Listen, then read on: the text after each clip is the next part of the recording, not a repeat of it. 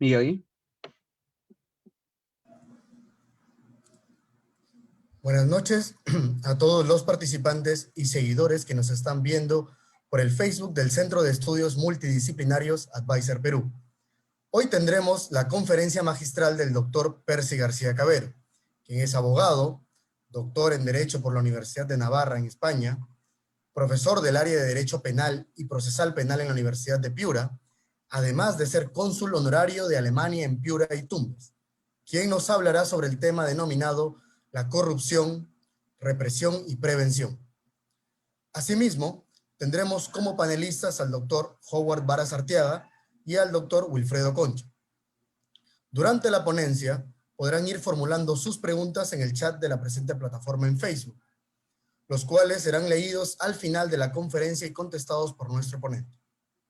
A continuación, palabras de bienvenida a cargo del director de Advisor, el doctor José Guillermo Justiniani Fernández. Muchas gracias, Miyagi, por la deferencia.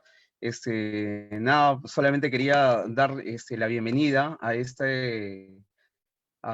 aquí al grupo y a nuestro espacio que es Advisor Perú, al doctor Percy García Cabero, y es un honor realmente tenerlo. Y bueno, ahora y escucharlo, ¿no? Y hablar sobre estos temas tan álgidos que ahora vamos a tener. Bueno, doctor, sin más nada que decir, bienvenido y bien, queremos escucharlo. Así es. Muy bien, Miyagi, sigue. Perfecto. Sin otro particular, damos el uso de la palabra a nuestro ponente, el doctor Percy García Cabero. Buenas noches, doctor. ¿Cómo le va? Buenas noches, Miyagi. Muchísimas gracias. José, Howard, Wilfredo, muchísimas gracias por la invitación, en general a todo el Centro de Estudios Multidisciplinarios Advisor Perú. Es un privilegio participar en estos eventos universitarios y más aún teniendo en consideración esta iniciativa que significa Advisor Perú de reunir y convocar a estudiantes universitarios de no solamente distintas universidades, sino de distintas disciplinas. Creo que el diálogo y la discusión multidisciplinaria siempre enriquece porque nos permite tener una pluralidad de perspectivas para encontrar soluciones integrales. La verdad que les felicito y yo encantado de poder en esta oportunidad participar con ustedes aportando un granito de arena en una discusión tan difícil y tan álgida como es precisamente el tema de la corrupción.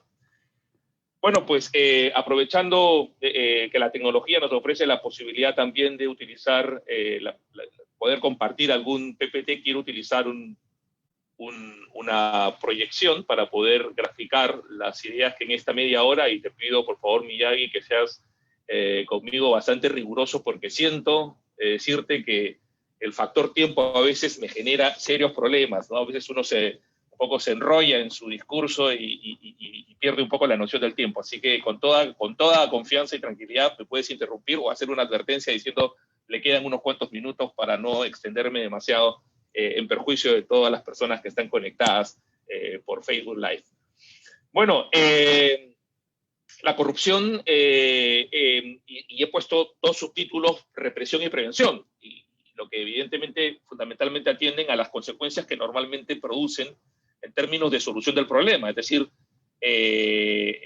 no hay duda que la corrupción es un serio problema en el mundo y evidentemente quizás de manera mucho más álgida en el Perú, y que frente a esa situación normalmente existen dos reacciones, ¿no? Quizás una más espontánea, que es la represión, es decir, la necesidad de castigarla severamente, porque entendemos que es algo muy malo, y en segundo lugar, bueno, la necesidad de prevenirlo para que en el futuro esto evidentemente no vuelva a suceder.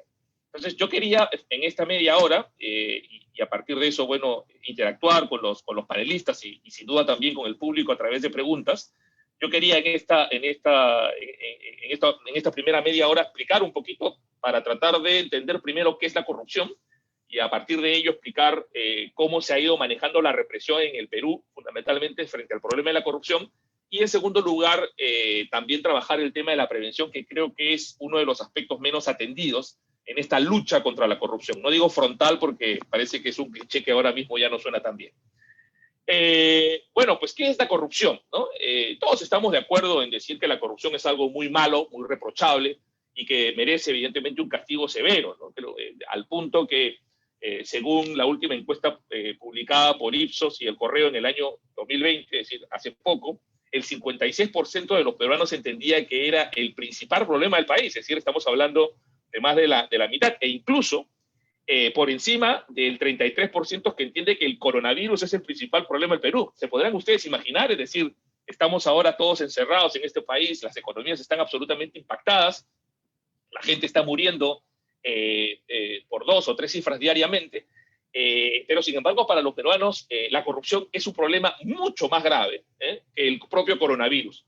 Y eso, independientemente de la subjetividad que pueda existir en cualquier tipo de opinión, evidencia sin duda que se trata de un problema bastante extendido en nuestro país y que la gente pues está bastante harta, por decirlo así, de esto, y entiende que quizás la principal razón por la cual el Perú no avanza, no progresa y por el contrario ofrece retrocesos es evidentemente el problema de la corrupción. Pero claro, cuando preguntamos luego ¿y qué se entiende por corrupción? Yo creo que aquí las personas comienzan a tener cierto disenso, es decir, no todos entendemos por corrupción lo mismo, ¿no? Y eso creo que es parte del problema. Es decir, creo que de alguna forma lo primero que tenemos que tener claro para poder resolver un problema es poder determinarlo, es decir, cuál es el problema y cuál es la dimensión y su alcance. De manera tal que a partir de eso se pueda efectivamente tomar medidas para poder atajar aquello que tenemos claramente definido. Pero si por el contrario simplemente es un concepto difuso, vago, general, ¿no? Entonces no existe posible mecanismo de reacción o de prevención que pueda tener posibilidades de éxito o cierto nivel de éxito si es que no tenemos claramente definido lo que es la corrupción. Muchos creen que solamente se produce en el sector privado, que el problema de la corrupción es un tema de funcionario público. Y eso es un error, porque también en el sector privado la corrupción es una situación que se produce no solo de manera normal, sino bastante frecuente. Y creo yo que incluso con cierta mayor impunidad en la medida en que no somos todavía conscientes de que efectivamente en el sector privado se produce o se puede producir situaciones de corrupción. De hecho, hace ya algunos años en el Perú ha entrado en vigencia dos artículos en el Código Penal, el 241A y el 241B, que tipifican el delito de corrupción privada. Es decir, no solamente existe la corrupción en el sector privado, sino que incluso está criminalizado. Por ejemplo, cuando una persona, un proveedor, le paga dinero a un gerente de compras o de logística para que le compre a él y no le compre a otro proveedor. Eso, evidentemente, es un acto de corrupción.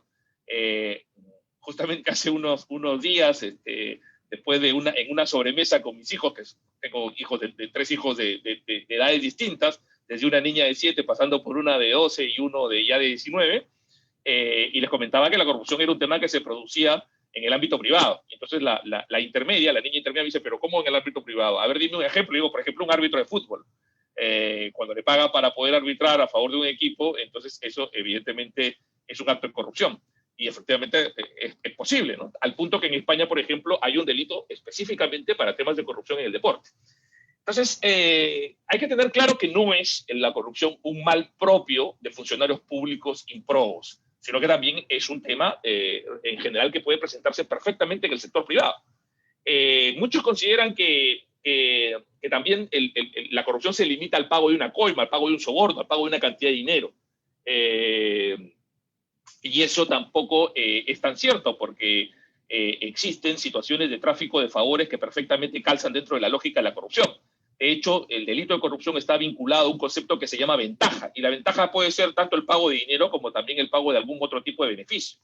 Nosotros en los últimos años nos hemos escandalizado de escuchar los llamados audios de la corrupción, en el que se veía de alguna forma ciertos intercambios de favores entre algunas altas autoridades encargadas de elegir a los jueces y algunos de los magistrados que de alguna forma ofrecían intercambios de favores como mecanismo, digamos, normal de desarrollo de sus propias actividades como funcionarios públicos.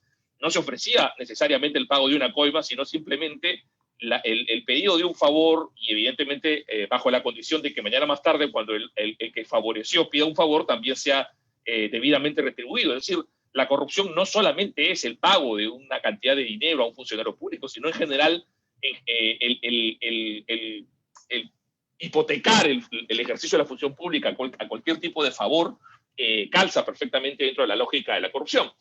Pero también es cierto que algunos entienden que cualquier tema que implique mal funcionamiento del Estado es corrupción. Y no necesariamente eso es así. Es decir, la administración pública, y más en el Perú, a veces no funciona bien. De hecho, lo normal es que no funcione bien. Hay un conjunto de ineficiencias e ineficacias evidentemente generan, sin duda, desagrado por parte de la población, pero que no necesariamente eso significa corrupción. Entonces, muchos entienden cuando el funcionario público no hace adecuadamente su trabajo, es un corrupto, ¿no? Y tampoco eso es correcto, ¿no? Aquí posiblemente el problema sea otro y no necesariamente un funcionario público que condicione el ejercicio de su función al pago o a la entrega de algún tipo de beneficio. Por eso creo que, reitero, que es importante entender primero lo que es la corrupción y no, digamos, tener una reacción simplemente emocional, negativa contra la corrupción y asociarla únicamente a la idea de que cuando el Estado funciona mal es que es un tema de corrupción. De hecho, creo yo que esa encuesta de Ipsos en el comercio, en el que coloca primero a la corrupción como el problema del país, incluso por encima del coronavirus, se debe, de alguna forma, a que previamente no le ha preguntado qué entiende por corrupción.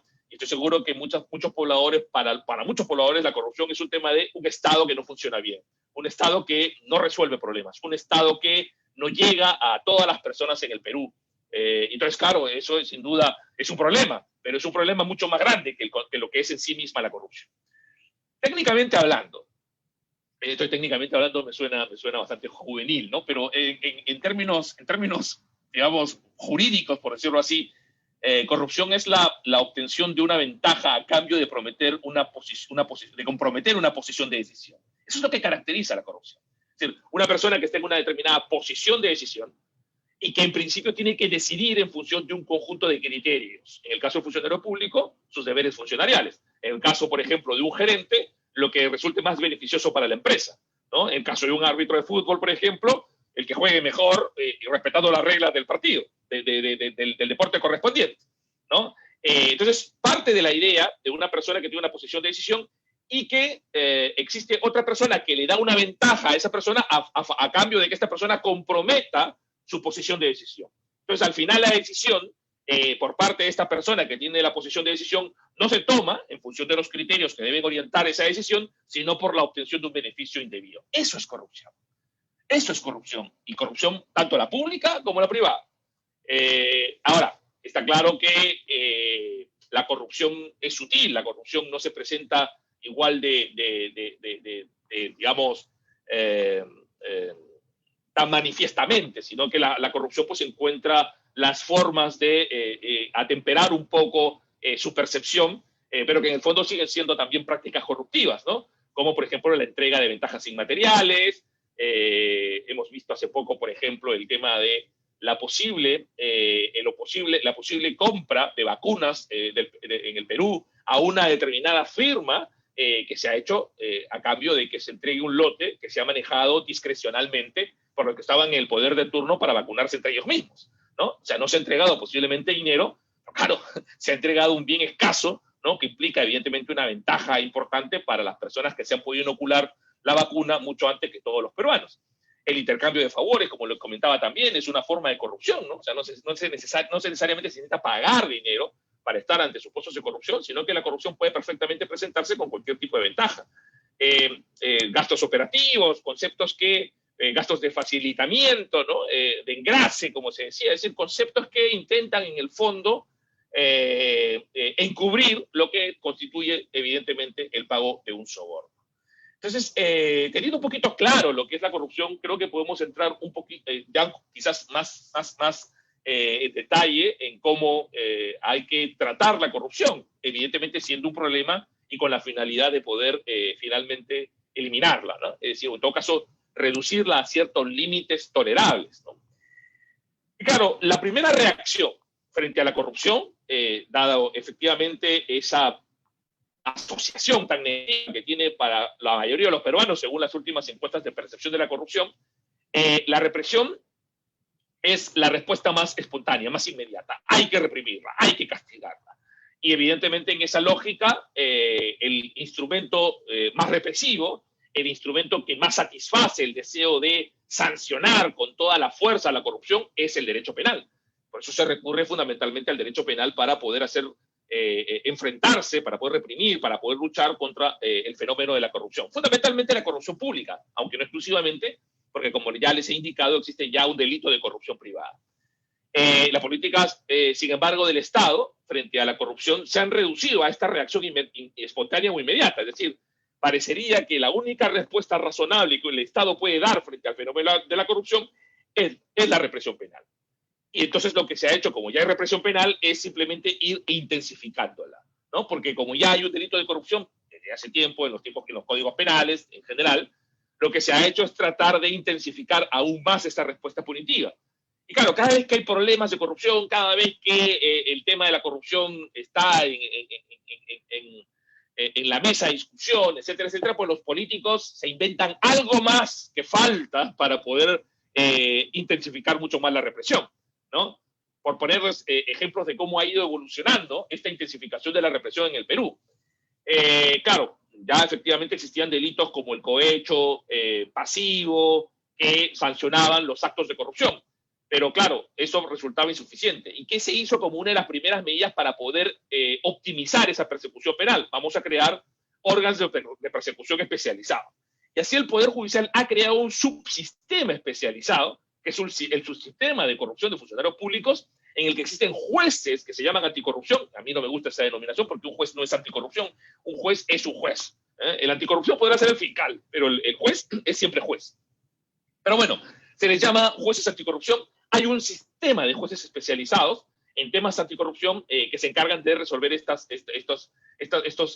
delitos, decidir en los procesos judiciales sobre la comisión de estos delitos. Pero además existen fiscalías anticorrupción.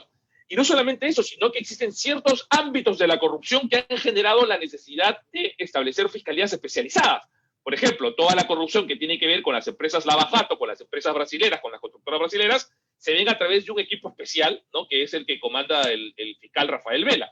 Y por otro lado, por ejemplo, todo el tema de la corrupción que tenía que ver con los llamados cuellos blancos, se creó un equipo especial, ¿no? Compuesta por unas fiscales que luego de sacarse los ojos, ya no sabemos cómo estará ahora este problema por parte de la Fiscalía. Pero lo que quiero decir es que uno de los puntos en los que se ha centrado la lucha contra la corrupción es la especialización.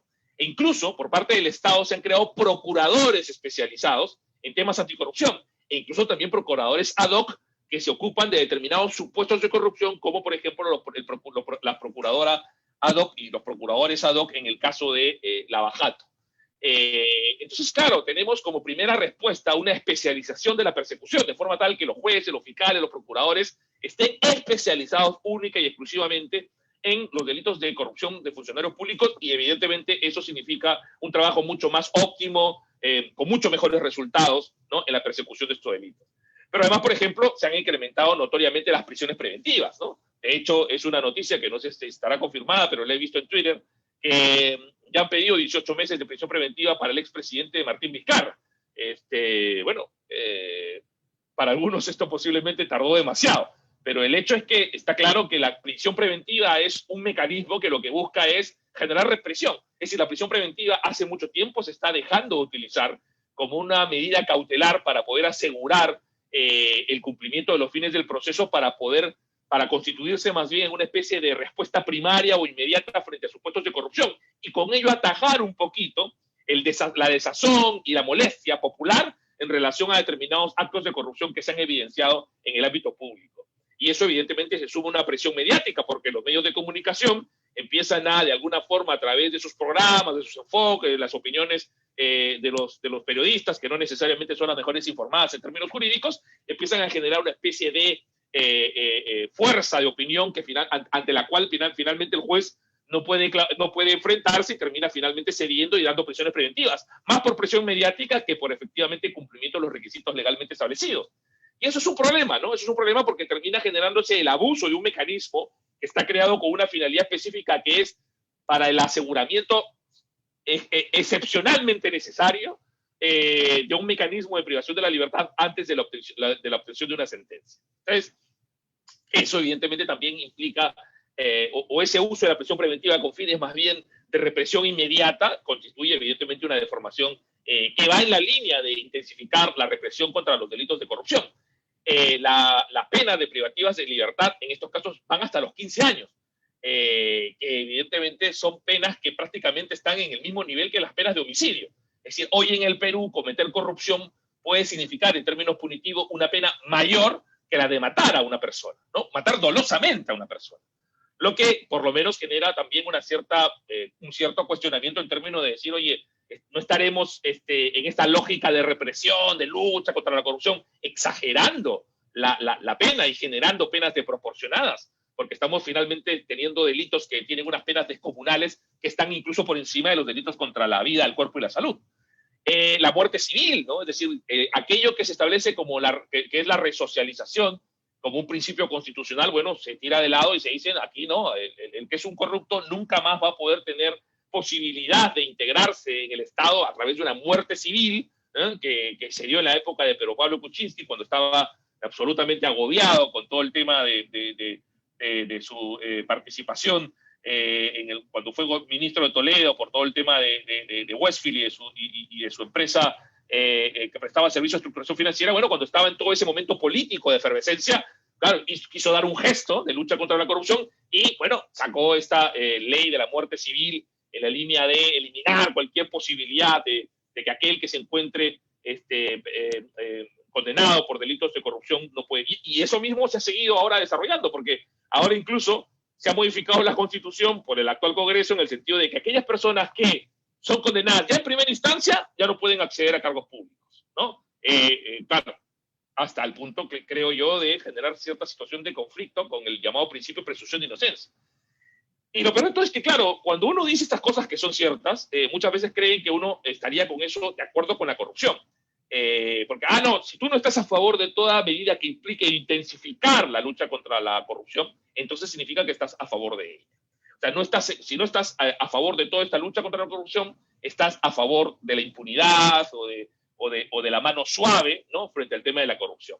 Y eso no es así. Eso no necesariamente es así. Porque como muy bien sabemos, incluso hasta por experiencia primaria, por socialización básica, el intensificar la represión no significa luchar mejor contra un problema, ¿no? Uno, por ejemplo, no sé, los que somos padres nos damos cuenta que muchas veces el generar represión frente al hijo que incumple determinadas reglas genera, por el contrario, más bien una actitud de mayor rebeldía.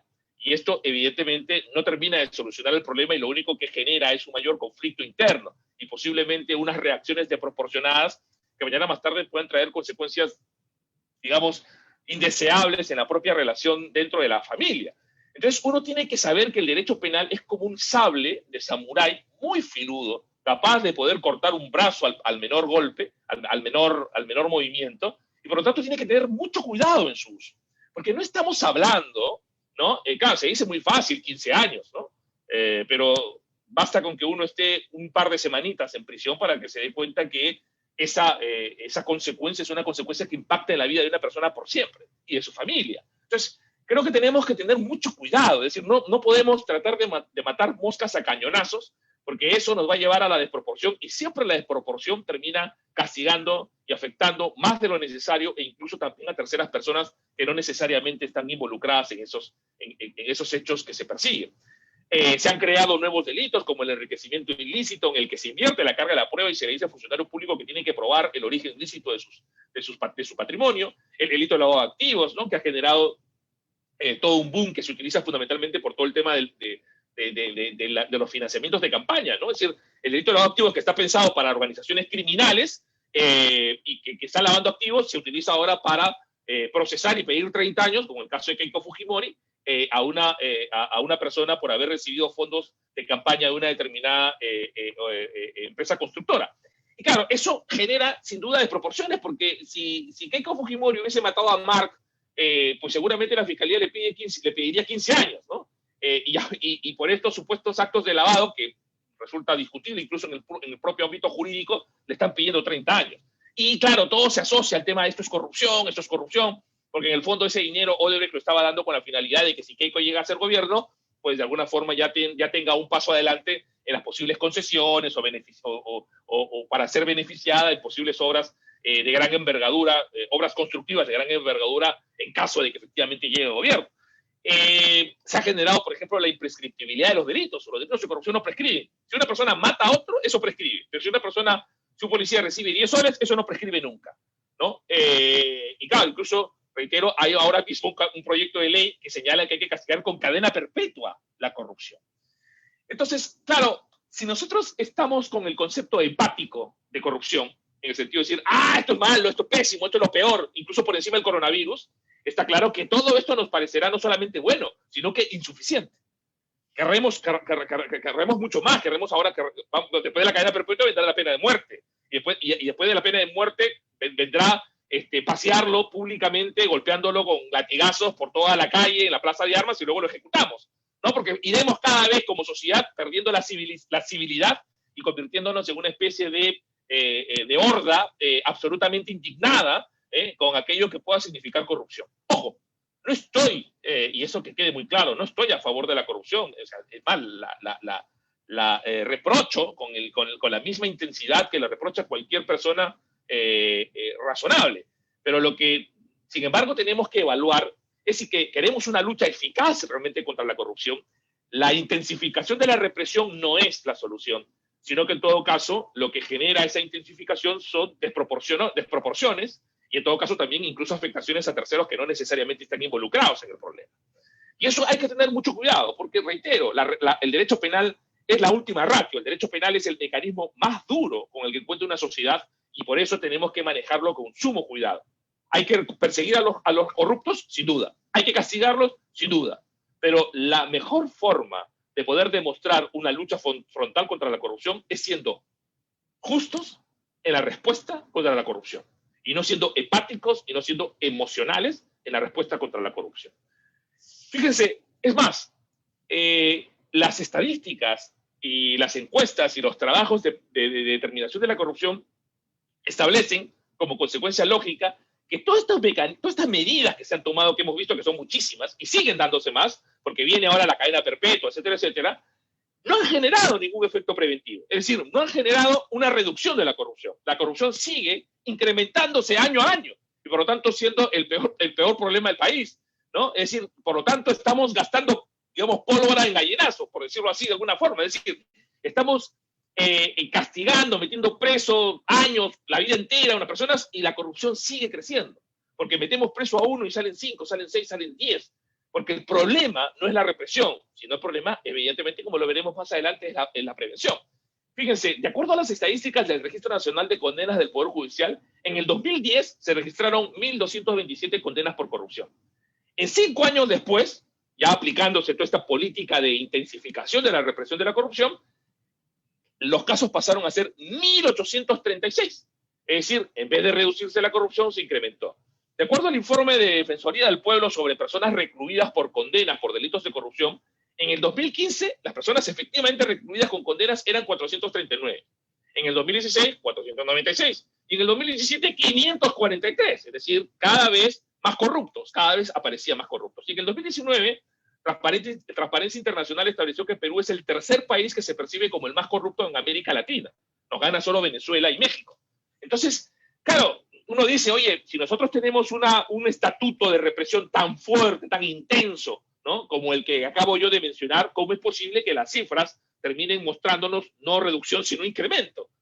O todas estas medidas son simbólicas, es decir, solamente son una especie de gestos hacia la galería, o realmente no están produciendo el efecto que efectivamente queremos producir con estas respuestas represivas. Por eso, insisto, que tenemos que trabajar en la lógica de la prevención más que en la lógica de la represión. La represión hay que usarla sin duda que hay que utilizar la represión, proporcionada, razonable, ¿no?, ajustada a derecho, y trabajar intensamente y fundamentalmente en el ámbito de la prevención. ¿Y qué significa o qué debe necesariamente hacerse para tener una lucha o en todo caso una labor preventiva realmente eficaz? Claro, lo primero que tenemos que hacer es eliminar los factores criminógenos. Esto los criminólogos lo saben muy bien. Es decir, los criminólogos, que son los sociólogos que se dedican a un fenómeno criminal que se llama la criminalidad, el delito, estudian hace muchos años lo que es el delito y saben cuáles son los factores que de una u otra manera inciden en no solamente la comisión de delitos, sino también en sus altos índices, en las tasas altas de incidencia de estos delitos. El derecho penal en sí mismo no reduce ni elimina la corrupción. El derecho penal, siempre lo he dicho a mis alumnos, es paracetamol. El derecho penal solamente alivia el dolor, pero no cura la enfermedad. Entonces, si nosotros seguimos dando paracetamol y paracetamol y paracetamol al enfermo, el enfermo se va a morir, porque el problema no es el síntoma, el problema es la enfermedad. Y eso es en lo que tenemos que trabajar, en los factores criminógenos. Queremos acabar contra la corrupción, atajemos los factores criminógenos que generan corrupción. No luchemos contra la fiebre, contra el síntoma de que efectivamente la corrupción se ha extendido por todo el cuerpo, sino que trabajemos, sin evidentemente luchar contra los síntomas también, porque hay que bajar la fiebre, sin duda, pero fundamentalmente tenemos que trabajar en el ámbito preventivo. Entonces, habrá corrupción mientras no se atiendan los factores criminógenos. ¿Y cuáles son esos factores criminógenos que yo personalmente, aunque a pesar de que no soy criminólogo, pero porque he leído algunas cositas, puedo, creo yo, de alguna forma decirlo? Hay algunos estudios que ya han ido identificando cuáles son los factores que de una u otra forma inciden en que muchas personas en el ámbito público-privado terminan realizando actos de corrupción. Primero, el poco valor de la familia y la religión.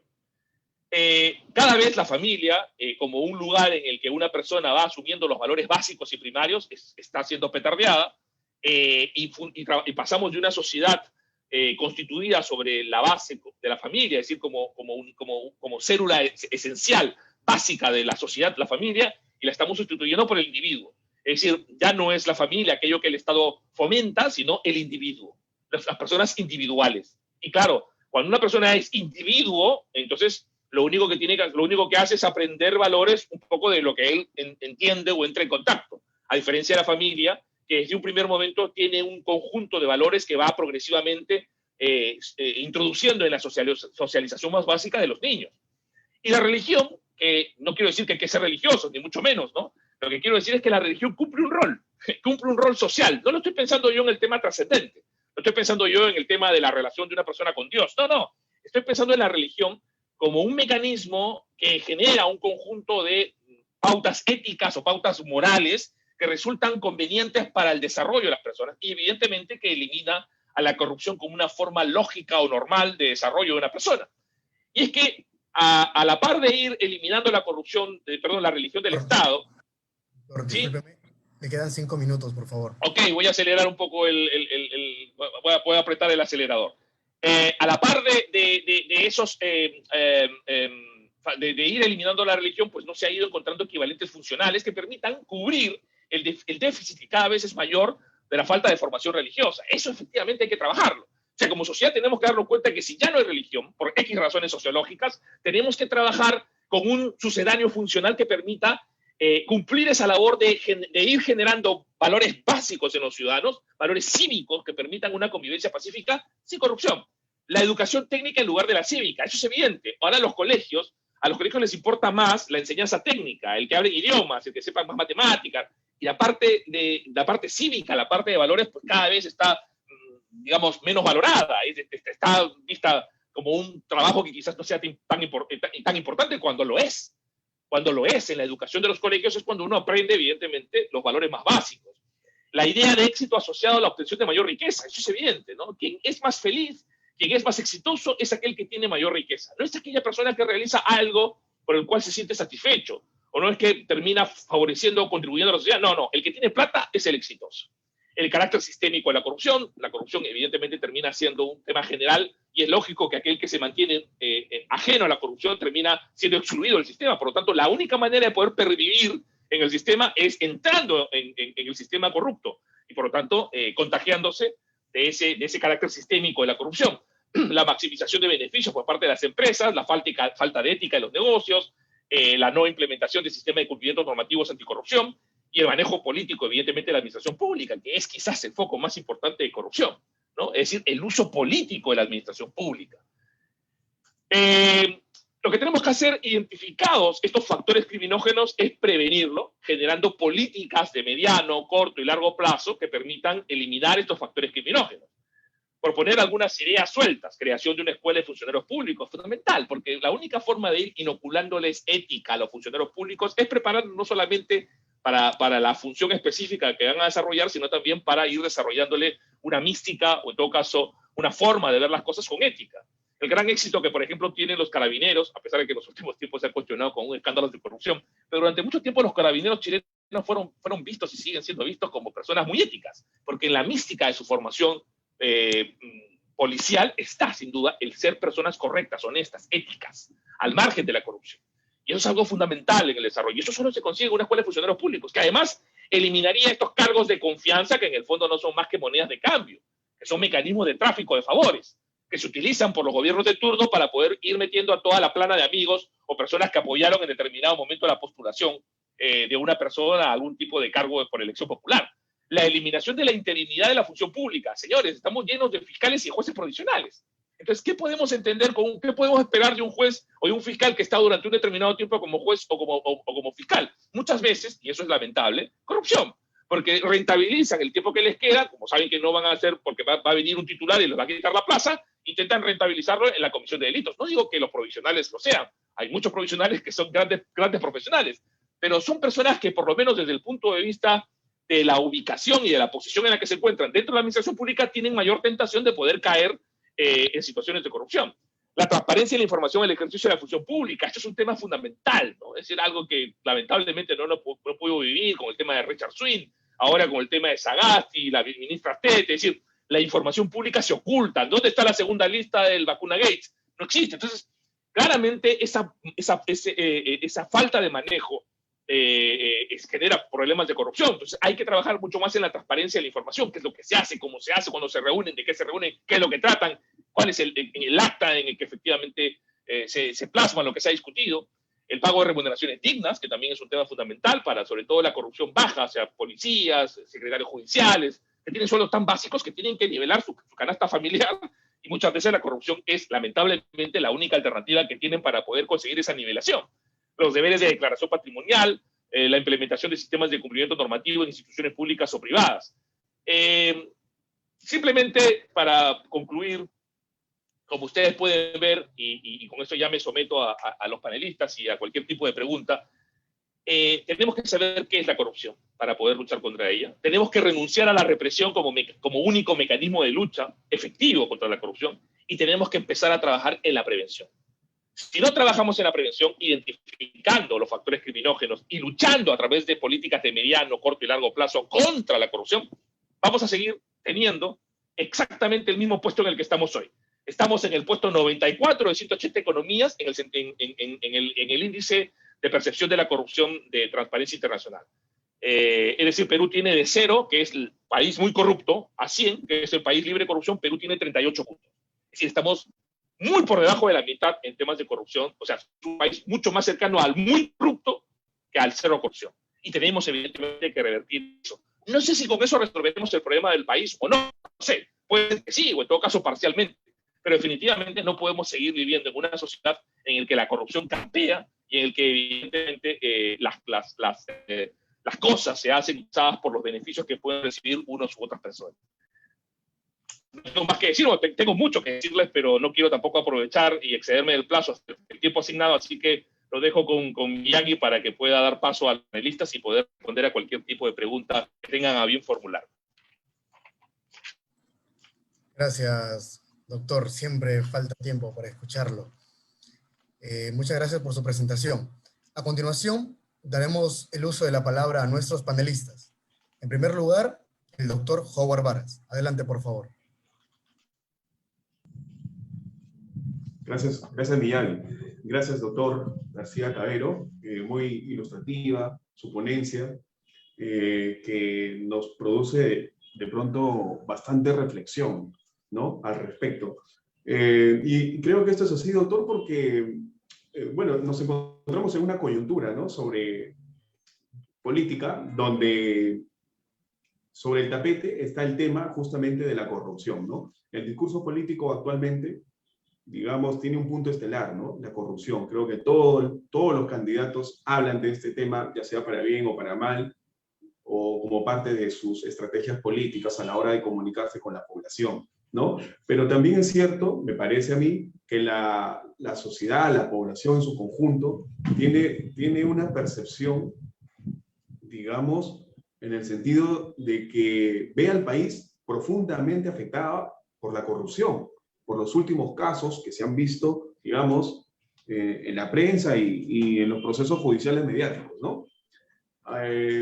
Considero también, doctor, que es cierto que la corrupción tiene consecuencias, digamos, muy insidiosas, nefastas a nivel económico, a nivel social, que mantiene en zozobra pues, al ciudadano de a pie, a las personas que obviamente se preocupan por el país, ¿no?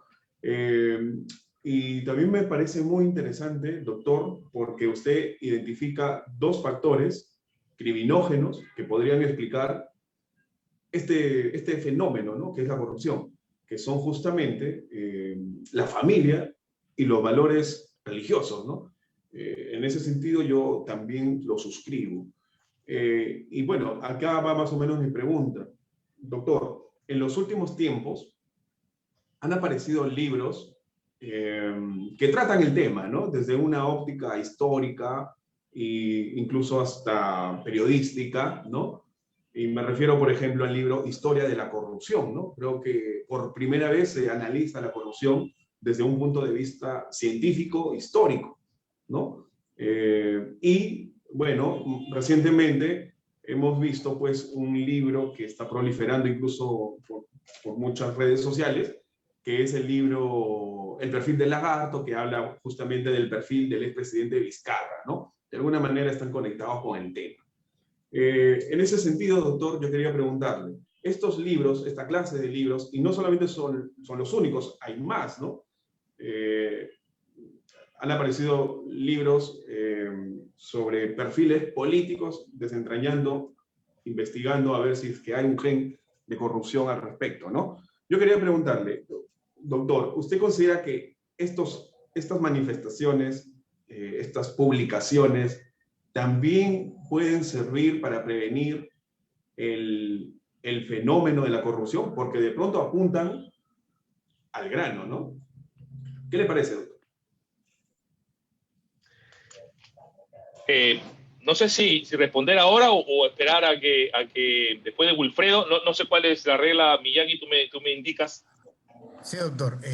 Puede proceder a responder Okay. la doctor Vara. Muchas gracias. Gracias, Howard, por las preguntas muy pertinentes. A ver, en relación a la corrupción, efectivamente hay un tema de percepción. Y creo yo que termina generando esa sensación de que todo el problema de la sociedad peruana es el problema de la corrupción. Y no digo que no sea un problema, pero eso de alguna forma termina desviando la atención en otros factores o en otras situaciones que son tan o más decisivas a la hora de alguna forma afectar el propio desarrollo de la sociedad y las mejores condiciones de vida de todos los peruanos. ¿Y cuáles son las razones por las que esta percepción se potencializa, genera un efecto, ¿no? bastante alto en general en la sociedad peruana? Bueno, yo creo que hay muchos factores y muchas utilizaciones, pero identifico básicamente dos. ¿Cuál es la primera? Medios de comunicación. Los medios de comunicación han hecho de la corrupción un negocio, por decirlo así. ¿En qué sentido? ¿En qué sentido? En el sentido de que, de alguna forma, por alguna razón, los peruanos en general, como muchas personas en el mundo, nos llama la atención aquellos aspectos. O sea, las noticias tienen que ser noticias malas, ¿no? Las noticias buenas quizás no nos generan mayor atractivo. Entonces, han descubierto que se genera un cierto morbo en la sociedad peruana el destapar temas de corrupción. Y cada semana tiene que destaparse un tema de corrupción en Perú increíble. Si no lo hay, entonces estamos fracasando como país, y los medios de comunicación están fracasando como tales. Y necesitamos identificando cualquier situación de corrupción, al punto que evidentemente comenzamos ya a tejer ciertas teorías conspirativas sobre que todo es corrupción, y comenzamos a presentar como corrupto algo que no necesariamente es corrupto. Entonces, es cierto que yo no le puedo pedir a un periodista que tenga el nivel de investigación y diligencia propio de un juez para condenar. Obvio, el periodista tiene una semana para hacer su noticia, mientras que el juez tiene años para poder emitir su fallo. Pero sin duda se requiere un cierto nivel de trabajo investigativo, de corroboración, de fuentes, que claro, finalmente presenten un producto más o menos cierto, porque si no, al final la información sobre corrupción termina siendo una información que solo genera una activación de un día, 2 días, y que luego, vamos a buscar otro caso de corrupción. Entonces, al final, claro, hay como todo es corrupto, no todo nos da la sensación de que todo es corrupto, pero claro, y nada llega a persecuciones porque claro, han sido noticias que se han levantado con tan poco que finalmente terminan evidentemente por caerse. Señores, tengamos una cosa muy clara, los medios de comunicación responden a unos intereses, no son ciudadanos objetivos que respondan simplemente al interés de la verdad y no sé qué. Esa visión idealista del periodista no existe. No existe porque los periodistas están de una u otra manera influidos o por sus posiciones ideológicas, o por sus posiciones políticas, o por ciertos intereses o beneficios, porque a lo mejor tienen consultorías con el Estado, porque a lo mejor hacen media training para determinados funcionarios públicos, o porque a lo mejor un propietario de su medio de comunicación está involucrado en temas de corrupción y se tiene que desviar un poco la atención. Entonces, hay que entender eso para darnos cuenta que muchas veces esa potencialización o esa presentación que los medios hacen de los medios de la corrupción no necesariamente responde a situaciones ciertas. Pero además hay otro factor de potenciación de la percepción de la corrupción, que es el uso político que se le da a la corrupción. Porque la mejor manera de poder bajarse a un político adversario es encontrándole un escándalo de corrupción. Y lo que estamos viendo ahora, claramente en estas elecciones, en este proceso electoral, porque todos los días una persona empieza a insultar a otro y a inventarse cualquier cosa con la finalidad de desacreditarlo. Y la corrupción es uno de los mecanismos mucho más eficientes como para poder derribarse un candidato, ¿no? Claro, en el caso de personas que no han sido funcionarios públicos, como quizás Rafael López Aliaga, le sacan el tema de que no paga impuestos, de que te reza, de que se flagela, etcétera, etcétera, porque evidentemente tienen que encontrar algo con el cual desacreditarlo. Y en el caso posiblemente de otros políticos, también se hace lo mismo, vinculándolo forzadamente a temas de corrupción cuando no necesariamente ha existido algún tipo de vinculación con temas de corrupción. Entonces tenemos que tener cuidado porque los políticos usan el discurso de la corrupción para su conveniencia. Y lo hemos visto, políticos que usaban marchas y cuando tenemos que marchar a lo mejor no marchaban. Es decir, políticos que utilizan las masas o utilizan el discurso anticorrupción simplemente para su propio beneficio. Y quizás la prueba más álgida, más clara de esto, es el señor Vizcarra, porque su principal lema durante mucho tiempo fue la lucha frontal contra la corrupción. Y resulta que la corrupción no estaba al frente de él, sino estaba dentro de él. Y creo que, no, me parece que usted es abogado, ¿cómo puede hablar? Bueno, las pruebas están ahí, por lo menos existen fuertes indicios de que el señor estaba involucrado en temas de corrupción. Entonces, hay que tener cuidado con el uso de los políticos de la corrupción. Tenemos que generar ciudadanos lo suficientemente críticos para no tragarse cualquier discurso político anticorrupción o de tildar con el dedo a personas porque son corruptas. Eso es lo que tenemos que tener cuidado. Tenemos que comenzar a evaluar eso con sentido crítico. Podemos ser de derecha, podemos ser de izquierda, podemos ser de centro. Señores, o sea, esto no es temas de esto está bien o esto está mal. Hay que respetar a los de izquierda o de derecha o del centro de la misma forma. Y por lo tanto lo que tenemos que hacer es eliminar el uso o el discurso político tanto de los políticos de derecha como los políticos de izquierda como los políticos de centro. O sea, hay que tener ese nivel de ponderación. En general todos los candidatos. Porque estamos sino jugando al tema de la corrupción y al inflar el tema de la corrupción para simplemente utilizarlo como mecanismo de presión política. Y respecto a los dos libros que me mencionas, la pregunta es, ¿sirven? Claro que sirven, pero sirven para lo mismo. ¿Y cuál es lo mismo? Darnos una especie de conciencia sobre que hay corrupción en el Perú. Porque el libro de Alfonso Quirós sobre la historia de la corrupción es muy bueno y nos muestra cómo en el Perú pues, la corrupción siempre ha campeado, es prácticamente un mal endémico. Pero es un tema histórico que nos dice en el Perú hay mucha corrupción.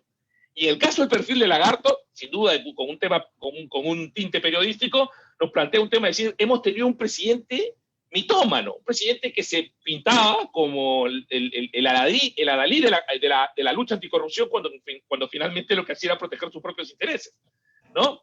Entonces, eso lo que hace es simplemente mostrarnos el diagnóstico, pero no nos establece la terapia. Lo que tenemos que comenzar a trabajar, y en eso los trabajos multidisciplinarios son esenciales, por eso creo que este es el lugar ideal para poder decir eso, es donde tenemos que comenzar a trabajar en soluciones viables. ¿Cómo podemos conseguir eliminar la corrupción? ¿Cómo podemos conseguir que los futuros funcionarios públicos o los que ya están en carrera de funcionarios públicos no entiendan y actúen bajo la lógica de que la corrupción no es la forma de poder conseguir beneficios y desarrollo dentro de su propia labor dentro de la administración pública, por hablar solamente de la corrupción en el ámbito público y no en el privado, donde también tendríamos que trabajar eso. Entonces, Eso es lo que tenemos que comenzar a cambiar, eso es en lo que tenemos que comenzar a pensar, eso es lo que tenemos que comenzar a trabajar. Si tenemos que comenzar a ahorrar o aportar dinero para hacer labores de investigación, apostemos en labores de investigación para proyectos, para desarrollar programas de prevención de la corrupción, desarrollados interdisciplinariamente, financiados por el COSITEC, por distintos mecanismos de financiamiento que tenemos en el Perú. Solo de esa manera, analizando objetivamente la corrupción y encontrando soluciones técnicamente viables, vamos a luchar contra la corrupción. El resto es discurso político o, en todo caso, manipulación de medios de comunicación. Gracias, doctor. Me quedó clarísimo. Muchas gracias. Gracias. Gracias, doctor Varas, por la intervención. A continuación, el doctor Wilfredo Concha, por favor. Gracias, doctor García. Muy interesante ponencia. Yo quisiera formular unas 2 preguntas por el momento. La primera es un poco para entender este tema de la coyuntura. Uno es esclavo de la coyuntura. Ahora hay básicamente 2 temas, bueno, un tema importante que abarca diferentes cosas, que es el tema de las vacunas, porque se habla de funcionarios administrativos que han recibido la vacuna. Y también se habla de la posibilidad de que estos funcionarios hayan recibido esta vacuna en un modo de beneficiar a la empresa china Sinopharm. En su experiencia, y usted como penalista reconocido, ¿qué delitos se estaría cometiendo ahí? ¿Cómo habría que diferenciar a los actores? Porque hay gente que tiene un puesto de decisión, como pueden ser las ministras que han sido vacunadas. Está también expresidentes, el expresidente Sagasti, y también hay gente de niveles de poder o de jerarquía administrativa baja, como pueden ser algunos miembros del Ministerio de Salud, inclusive se habla del chofer de la exministra. Entonces, ¿cómo diferenciar qué delitos se han cometido en este caso? Muchas gracias, Wilfredo, por la pregunta. Efectivamente es un tema polémico, hay una investigación en curso. Esperemos, evidentemente, que esa investigación termine por esclarecer realmente cómo han sucedido los hechos y a partir de ello hacer una correcta tipificación. A ver, yo creo que como muy bien lo dices, hay que diferenciar planos, hay que diferenciar posiciones y a partir de eso hacer el análisis jurídico. Vamos a ver, yo creo que en primer lugar hay un grupo de funcionarios públicos que son el grupo de funcionarios públicos que negoció las vacunas, es decir, que negoció la compra de las vacunas. Si es que se determina que ese grupo de funcionarios públicos estableció de alguna forma un direccionamiento o beneficio a la compra de Sinopharm como la primera alternativa y desechó arbitrariamente otras propuestas razonables en términos de eficacia de vacuna y en términos de costo de vacuna, como Pfizer, como Sputnik, etcétera, etcétera, y que el beneficio que recibieron a cambio de esa colusión, de ese acuerdo con Sinopharm, es el haber recibido un lote de vacunas VIP para poder administrarlo discrecionalmente, entonces estaremos ante una figura que en el derecho penal se conoce como colusión desleal y que castiga hasta con 15 años a los funcionarios públicos que en una contratación del Estado, y esto evidentemente es una contratación del Estado de compras de vacunas, defrauda al Estado con la finalidad, coludiéndose o generando algún tipo de acuerdo surrepticio, indebido, con la persona que representa al particular que contrata con el Estado. Entonces, si se llega a determinar, por ejemplo, que Vizcarra o que los miembros del comando del comité multisectorial que se encargaron de la negociación de vacunas, que muchos de ellos fueron vacunados, ellos y sus familiares, sus esposas, sus hijos, sus cuñados, sus nietos, un montón de gente, bueno, no nietos, pero varios. Lo que quiero decir es que estas personas podrían estar involucradas en un delito de colusión. Luego viene el caso de aquellas personas que recibieron esas vacunas, que son bienes del Estado, porque el Estado los ha comprado, o en todo caso los ha recibido en el marco de una negociación con la empresa china, y lo reciben con una finalidad, en principio, que es utilizarlo para el equipo de investigación. Y lo que hicieron estos funcionarios públicos, incluido Germán Málaga, que aunque no es funcionario público porque trabajaba trabajaba para la Universidad Cayetano Heredia, en la medida en que es un particular al cual se le da determinados bienes de asistencia con fines asistenciales, según el Código Penal, tiene el carácter de funcionario público, lo que se conoce como peculado por extensión. Entonces, este señor podría responder por peculado, ¿en qué sentido? Una persona comete peculado de dos formas. Peculado es aquel funcionario público o aquella persona a la que recibe bienes públicos para su custodia o administración, cuando uno se apropia, es una alternativa. Por ejemplo, cuando llama a su hija, trae a su hija y se la da a su hija, la trae de Europa y se le inocula la vacuna, eso evidentemente es una peculado por apropiación. Y luego está el llamado peculado por utilización, que significa utilizar el bien público o del Estado con una finalidad distinta a la establecida.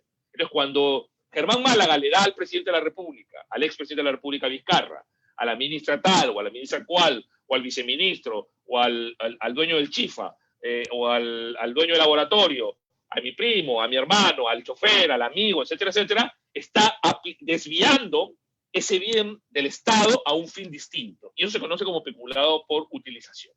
Eso sería evidentemente el caso de las personas que tenían la custodia o administración de las vacunas. Ahora la pregunta es, ¿y los que lo reciben? ¿Tienen algún tipo de responsabilidad?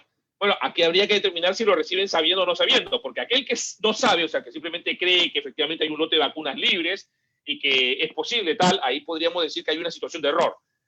Difícil, pero posible. Pero aquel que sí sabe que le están inoculando la vacuna y que sabe que esa vacuna es para un fin específico, que es para el equipo de investigación y se está utilizando para vacunarlos a ellos, y lo reciben, podría aplicarse la doctrina Vladimiro Montesinos, una doctrina desarrollada hace mucho tiempo por la Corte Suprema, por el sistema anticorrupción y luego por la Corte Suprema, en el sentido de castigar como cómplice de peculado a aquella persona que sabe que recibe indebidamente un bien que pertenece al Estado. Acuérdense ustedes que en la época de Montesinos castigaron a todos los miembros, a todos los dueños de los medios de comunicación que recibían dinero periódicamente por Vladimiro Montesinos en la salita del CIN, fueron procesados y condenados hasta 8 años por delito de cooperación o de complicidad en el peculado.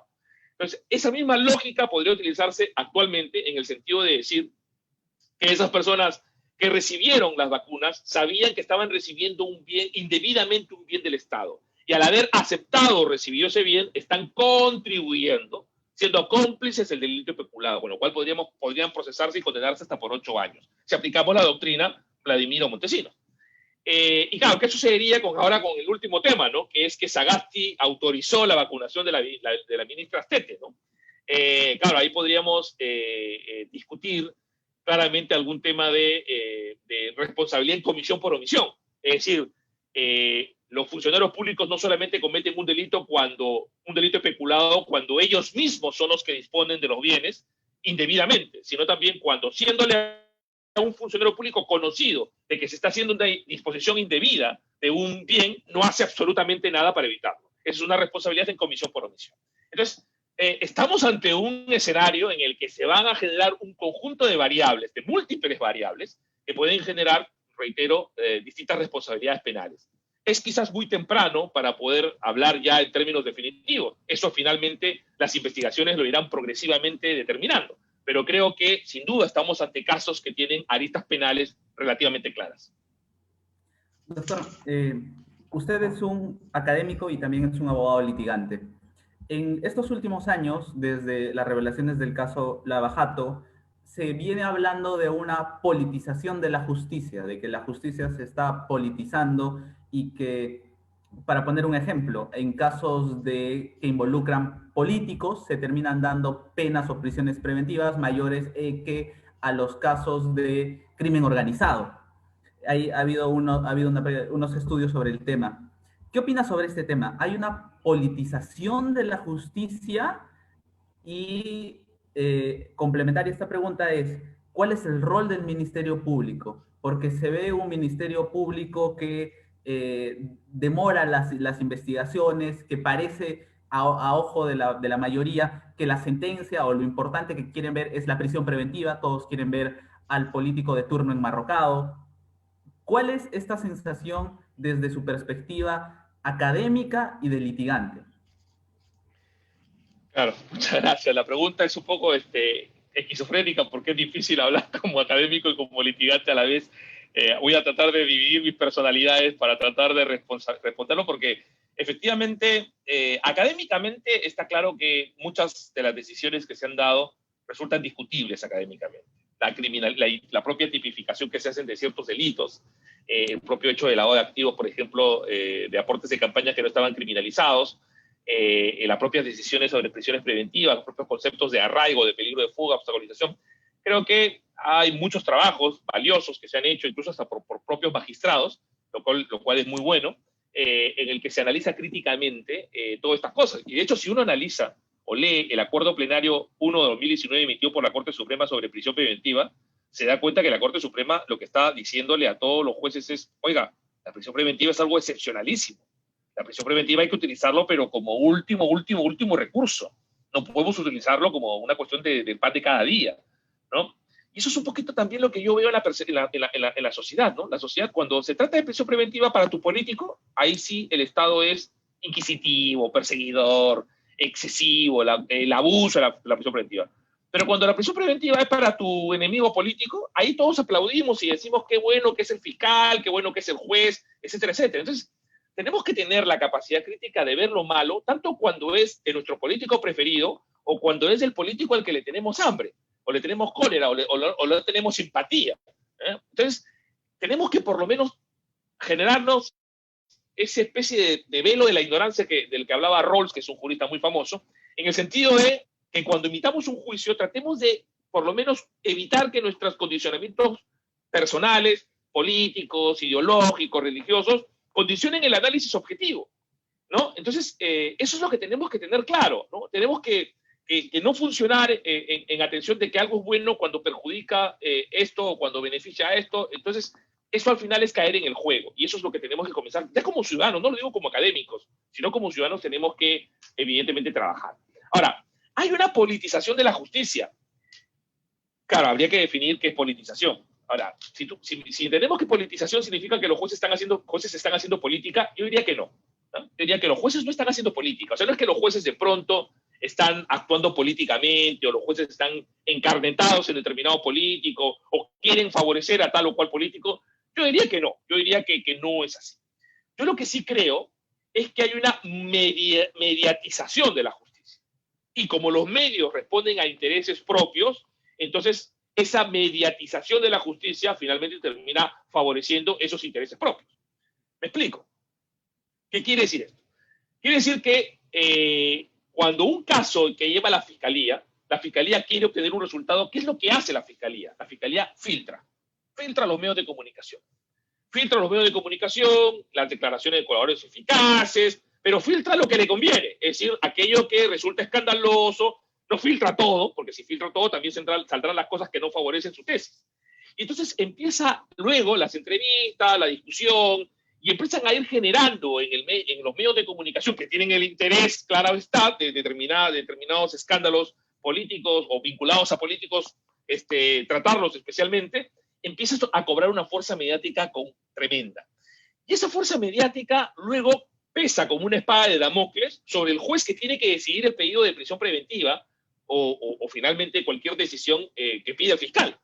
Y claro, los jueces evidentemente son personas que buscan ser imparciales, justas, pero que también son humanos y por lo tanto tienen que pensar en su propio puesto, en su propia imagen, en lo que va a pensar su familia, porque inmediatamente si el juez no decide a favor de lo que el Ministerio Público ha postulado en comparsa con los medios de comunicación, ese juez está tildado de ¿qué?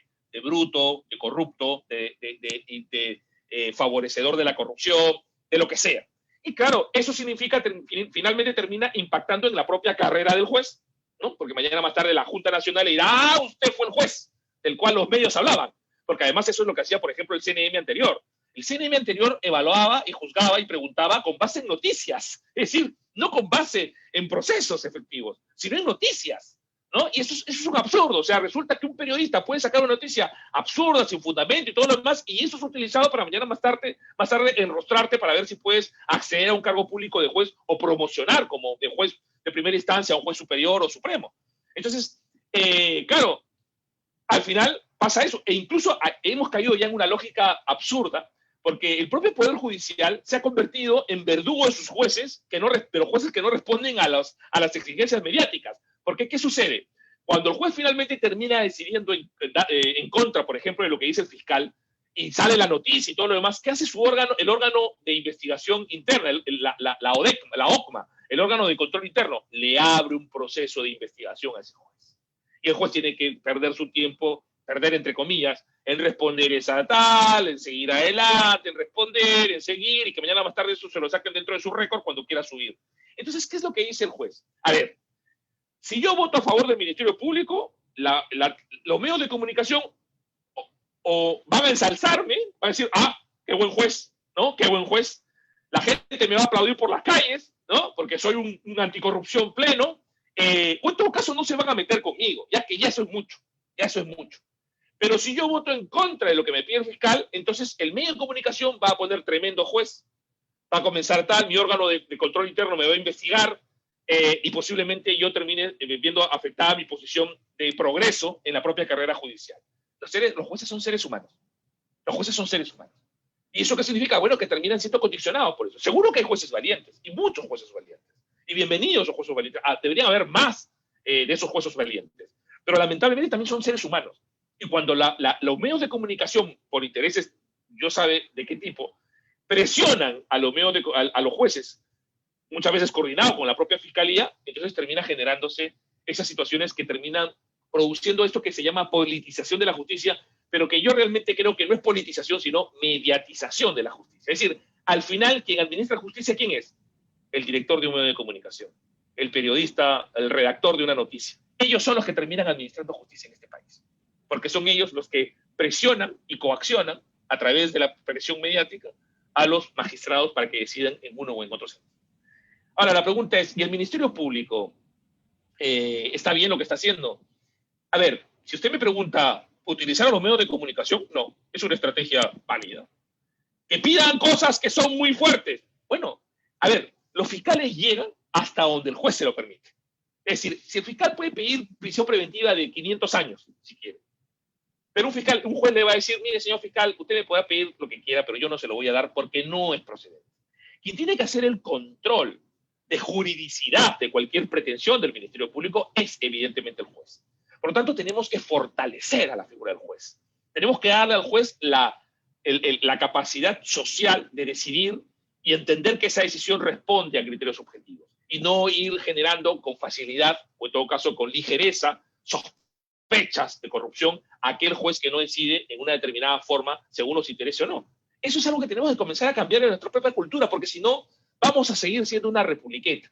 Vamos a seguir siendo una república en el que lamentablemente la institucionalidad es débil. Y cuando la institucionalidad es débil, todos los ciudadanos perdemos. Doctor, para concluir mi participación y aprovechándome un poco también de mis compañeros, esta semana, bueno, hace unas semanas sonó mucho el tema de estos dos fiscales que habían mantenido una reunión con el expresidente Vizcarra.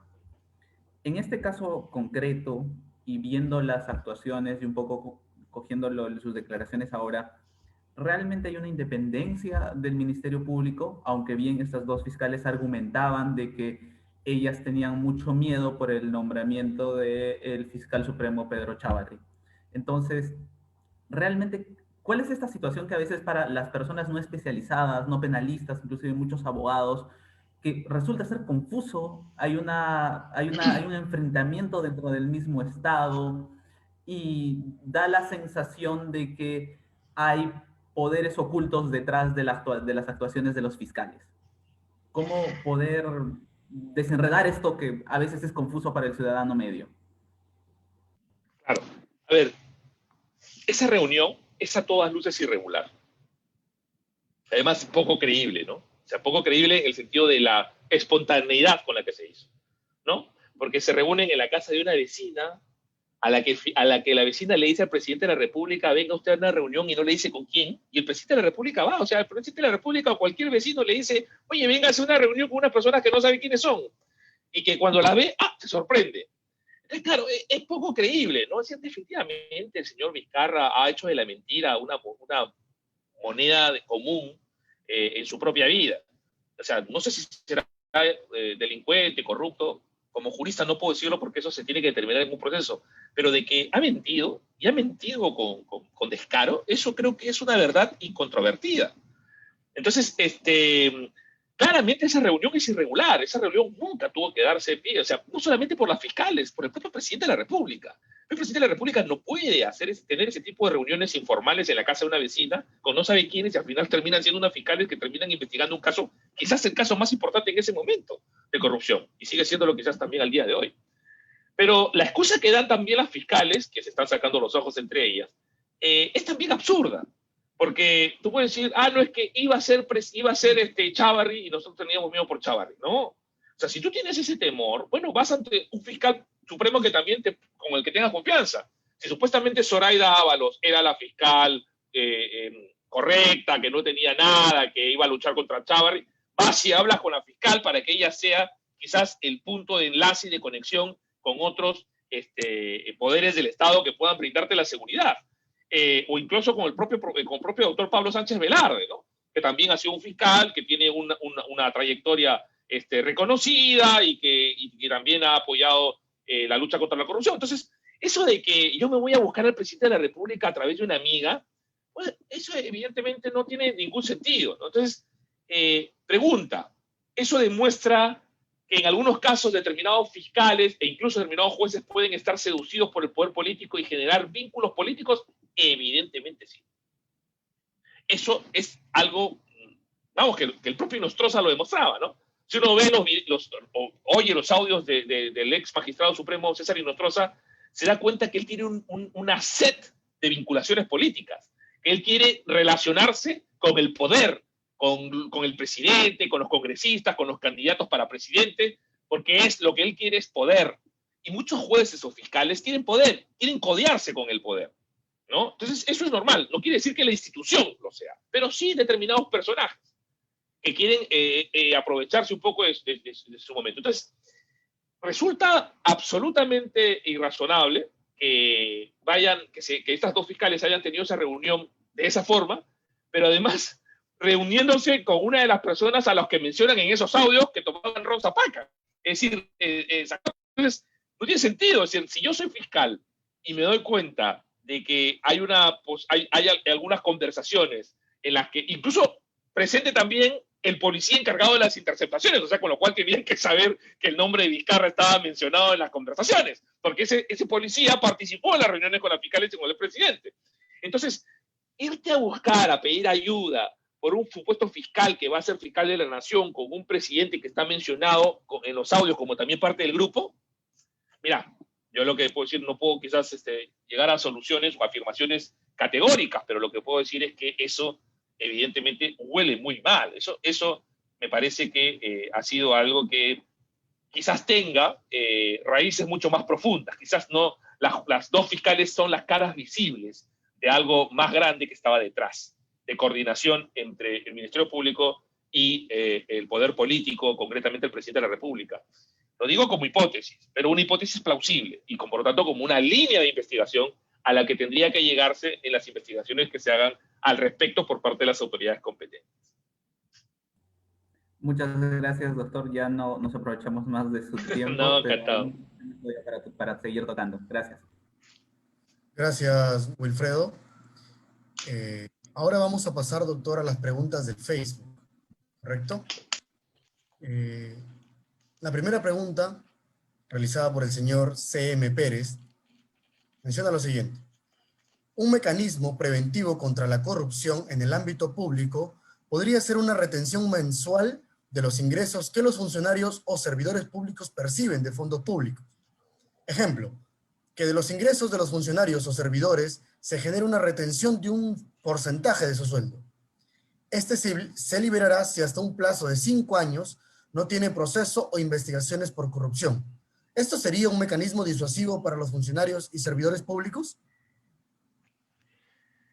A ver, yo creo que o sea, definitivamente es un mecanismo de presión fuerte, de eso no me cabe la menor duda, pero yo creo que tenemos que analizar la legitimidad para poder hacerlo, ¿no?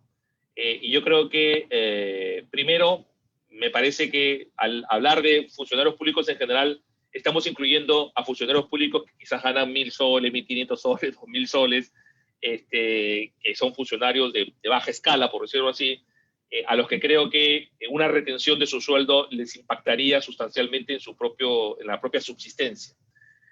Aunque pudiésemos decir, bueno, esto es que se aplique a partir de los funcionarios de 15.000, 20.000, 30.000 o 48.000 soles, que existen, que existen, no crean que no existen, existen y muchos consultores.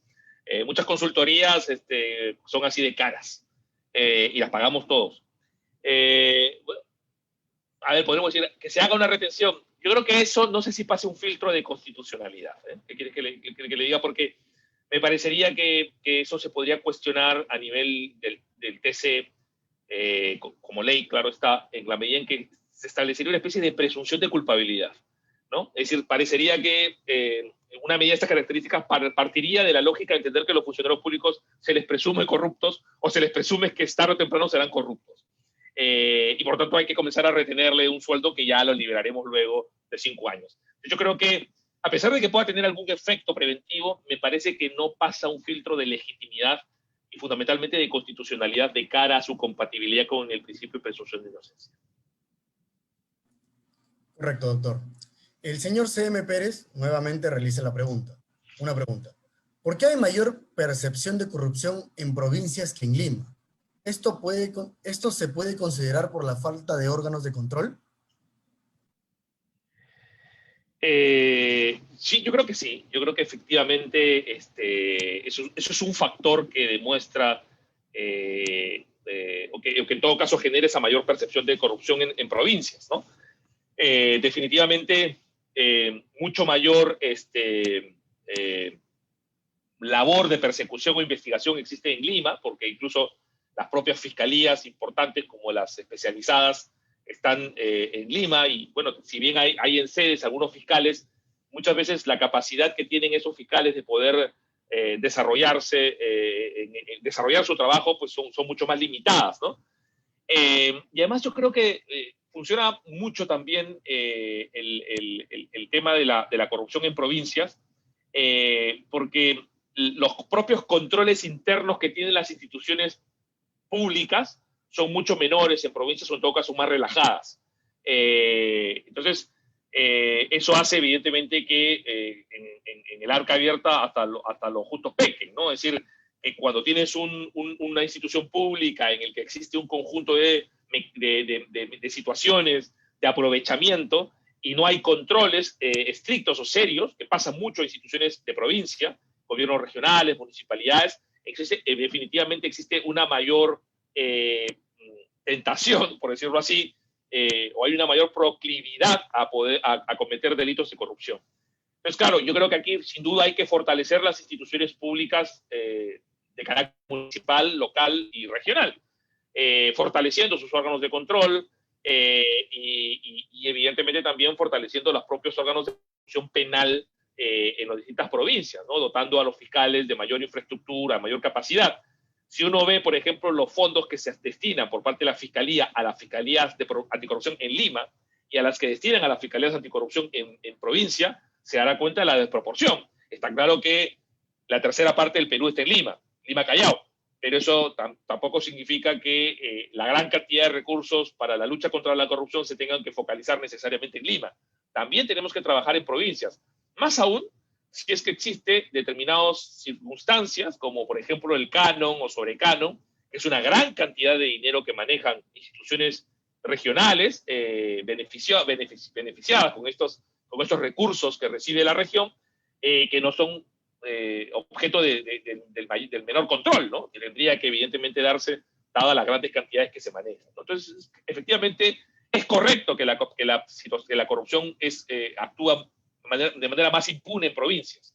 Y habría que trabajar quizás potenciando los mecanismos de prevención y de control, sobre todo a nivel institucional y también en los propios recursos que se le asignan al Ministerio Público en provincias para la persecución de los delitos de corrupción.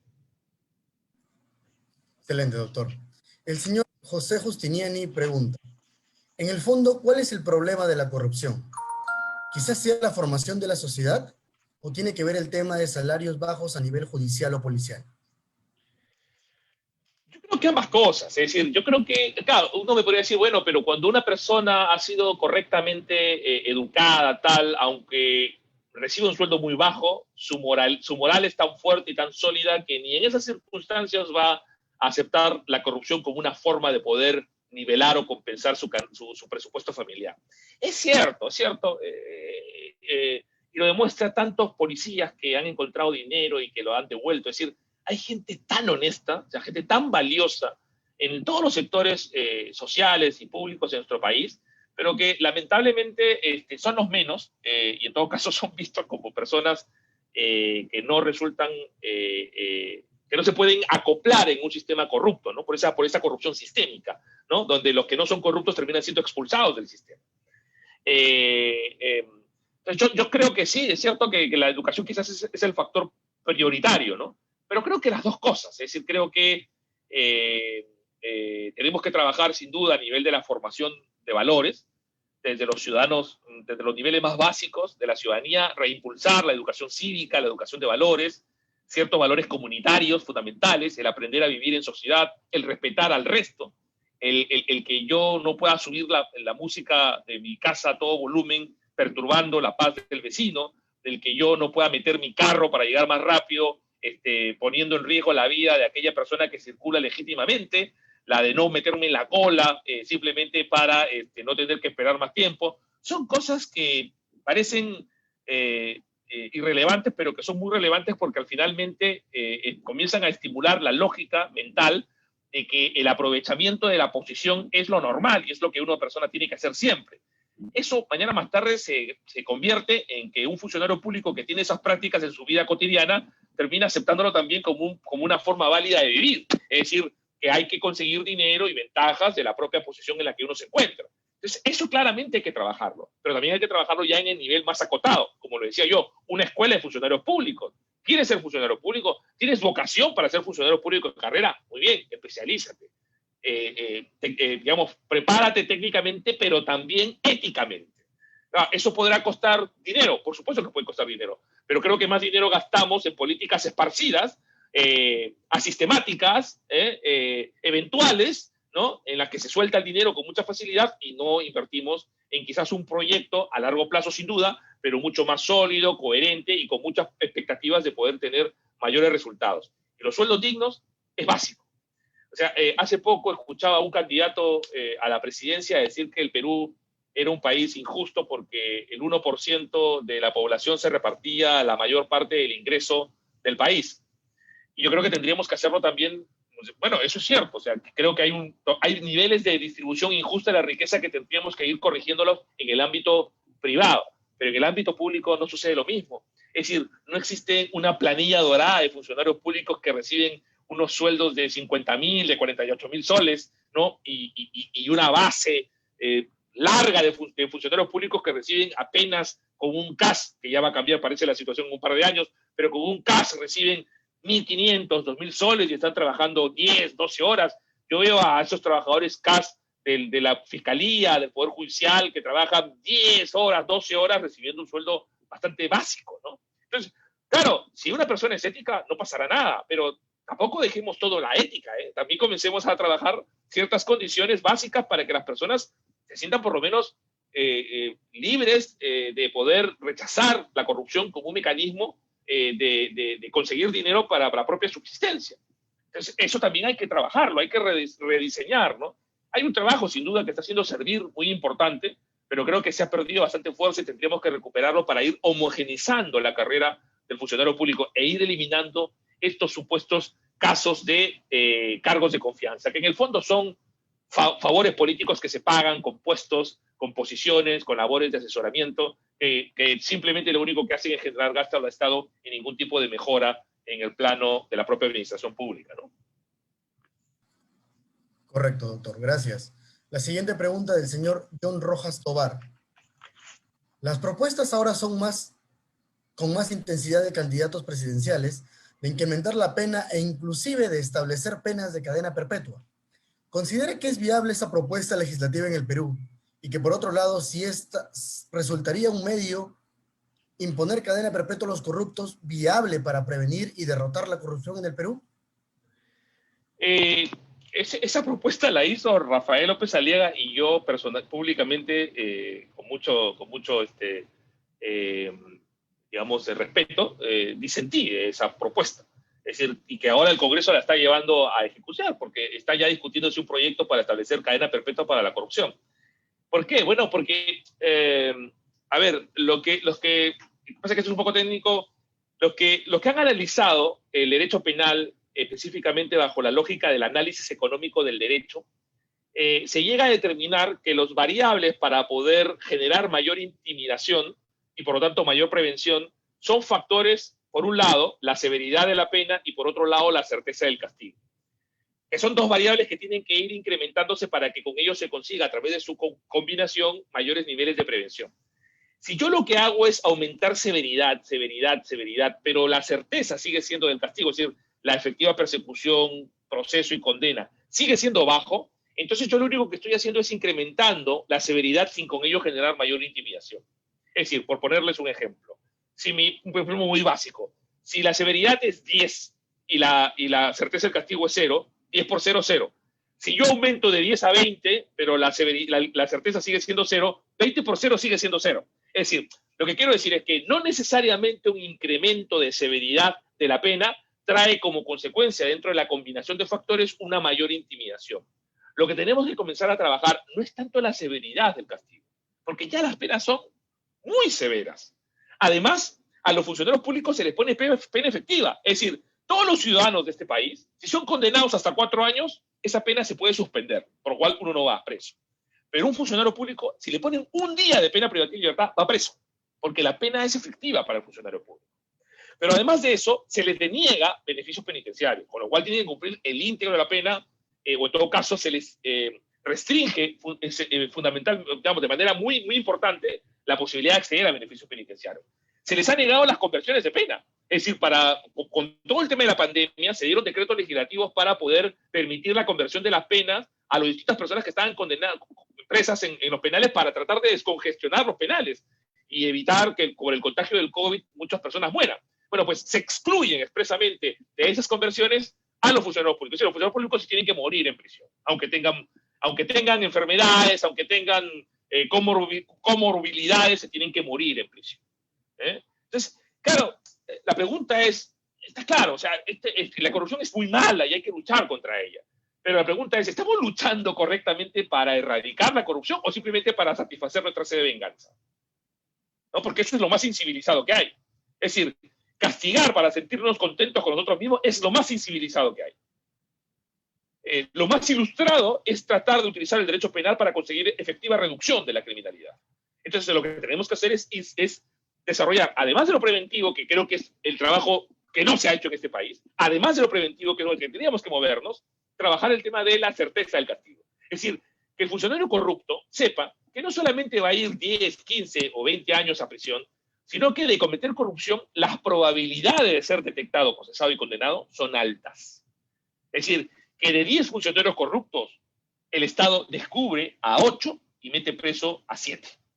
En ese momento vamos a conseguir un mayor nivel de intimidación, de deterrence, como dicen los gringos, es decir, de conseguir que los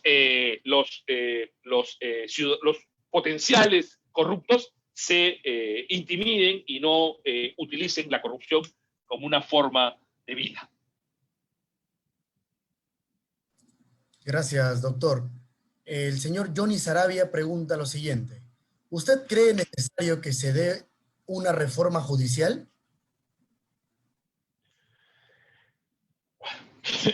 Quiero contestar a esa pregunta con una anécdota. Yo ya soy una persona mayorcita, aunque por mi raza, por mi sangre huancabambina no se me notan las canas, porque no tengo muchas canas, pero sí ya tengo 50 años. Y cuando ingresé a la universidad en 1987, bueno, ingresé en 87, comencé a estudiar la carrera de Derecho. La primera conferencia a la que fui, o sea, la primera conferencia, siendo estudiante de Derecho a la que fui, fue una conferencia en el Colegio de Abogados de Lima, me acuerdo clarito, exponía además Domingo García Belaúnde, y el tema era la reforma judicial. Ese era el tema, ¿no? Y era claro, o sea, hay que reformar al Estado. Y desde entonces en adelante, estamos hablando ya, tenía pues 16 para 17 años, o sea, estamos hablando de de 14, o sea, estamos hablando de 34 años de mi vida, he estado solamente escuchando la necesidad de reformar el Poder Judicial.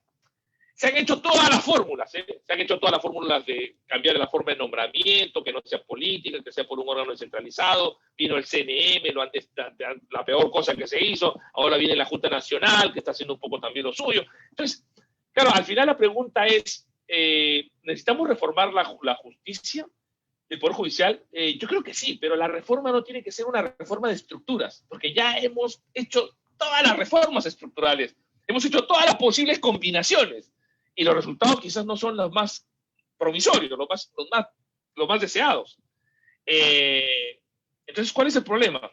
Es que la reforma no es de estructura, la reforma es de personas. Y es ahí donde tenemos que trabajar. Es ahí donde tenemos que trabajar con los futuros jueces, en el sentido de ser personas éticas, de ser personas formadas muy bien, con autoridad, con imparcialidad, con autonomía, con respeto, ¿no? Eso es lo que tenemos que hacer, es decir, conseguir que mañana más tarde en el Perú, cuando alguien por la calle diga, ese es juez, se diga con respeto, ¿no? Es un juez, ¿no? Es un tipo que, en cambio, ¿no? En el Perú, con todo lo que hemos golpeado a los jueces, cuando dice es juez, la percepción es, por el contrario, distinta, ¿no? Comienzan entonces, a lo mejor injustamente, pero es así. Entonces, tenemos que trabajar no en estructuras. Sí creo que es necesaria una reforma del Poder Judicial en general del Estado, pero en concreto del Poder Judicial sí. Pero ya no de estructuras, sino fundamentalmente de personas. Correcto, doctor. Gracias. Esa fue la última pregunta en la plataforma. Hemos llegado al final de esta presentación. Ante todo, doctor, un honor y muchísimas gracias por estar con nosotros.